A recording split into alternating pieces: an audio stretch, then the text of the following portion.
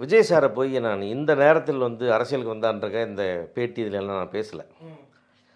2017ஆம் ஆண்டு விஜய் சாரை போய் நேரில் அவருடைய ஆஃபீஸில் பார்த்து ஒரு மிகப்பெரிய ஓவியத்தை பரிசீலித்து அதில் வந்து ஒரு மக்கள் வெள்ளத்துக்கு நடுவில் விஜய் சார் வர்ற மாதிரி ஒரு மிகப்பெரிய ஒரு ஹேண்ட் பெயிண்டிங் ஒன்று கொடுத்து ஆட்சி பீடம் டைட்டில் கொடுத்து என்னன்னு கேட்டார்.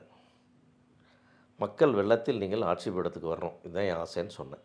2017 போய் ஒரு மிகப்பெரிய பெயிண்டிங், லைஃப் சைஸ் பெயிண்டிங் ஒன்று கொடுத்து அதில் கொண்டு போய் கொடுத்து அவர்கிட்ட நான் கொடுத்துட்டு சொன்னேன். என்ன அவருக்கு ஒன்றும் புரியல, என்ன திடீர்னு உள்ள வரான், இந்த கால் ஷீட் கேட்குறமா அந்த மாதிரிலாம் இல்லை. நான் சொல்லிட்டேன், சார் நான் முதல்ல வரும்போதே போகும்போது சொல்லிட்டேன், எந்த ஆப்ளிகேஷனுக்கு வரல, ஒரு கட்டசி விசிட் மீட் பண்ணணும், இதுதான் நான் சந்திக்கிறதுக்கு கேட்ட அப்பாயின்மெண்ட்டு.